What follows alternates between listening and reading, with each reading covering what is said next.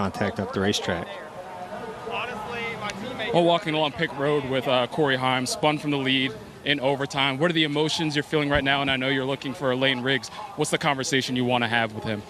Just why. I mean, more than anything, he tried to do it to the 7 last week for the win, and he mission accomplished for him, I guess, this week, and it cost him 1 too. So I don't know, just brutal. I mean, we've given up so many of them this year after pretty much dominating most of this race. Obviously, the 38 was the only other guy that was rightfully good. So felt like, he probably deserved to win if anybody, not the 34, but got really loose into 3. We struggled being loose on those short runs, and he had an opportunity and he wrecked me. So just disappointed. Thanks, Corey. Such a professional young man. He's obviously 4th time this season that he's failed to win after, leading most of the laps, and dominant truck, and yet was able to be professional with that interview. All right.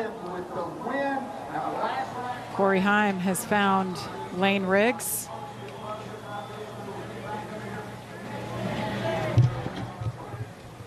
I don't know if Lane had much of a defense, and he just stood there and listened. Yeah, I mean, quick conversation. Obviously, Corey just rightfully so, hopefully told him why he was upset.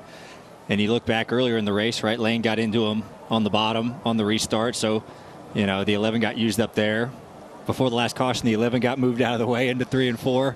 And then he ended up getting spun out, by the 34 at the end of the race. So, great interview by Corey Heim. Just understand. I know he's frustrated, but he did a great job of not letting that bleed over and just going on to next week. Such a professional. Let's hear from the other side, Josh. Well, down here with Lane Riggs right now, having a conversation with the crew chief of the 11 team, Scott Zipadelli. Just briefly spoke with Corey Heim as well.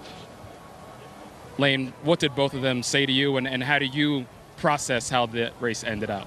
Yeah, they're displeased. But I feel like, he got really loose into 3 and 4 and kind of gave the bottom up, and we were side by side down the front stretch, and I had a huge run, and I went bottom, and, I didn't fence him. I slid him up the track and, gave him 1 lane there. We're at North Wilkesboro on the last lap for a truck win. I feel like I didn't really do anything wrong there. I think that roles reversed. It was hard racing all day, and I feel like everybody came out of there alive, and we had a good finish, and I really only care about me and my team. Thanks, Lane.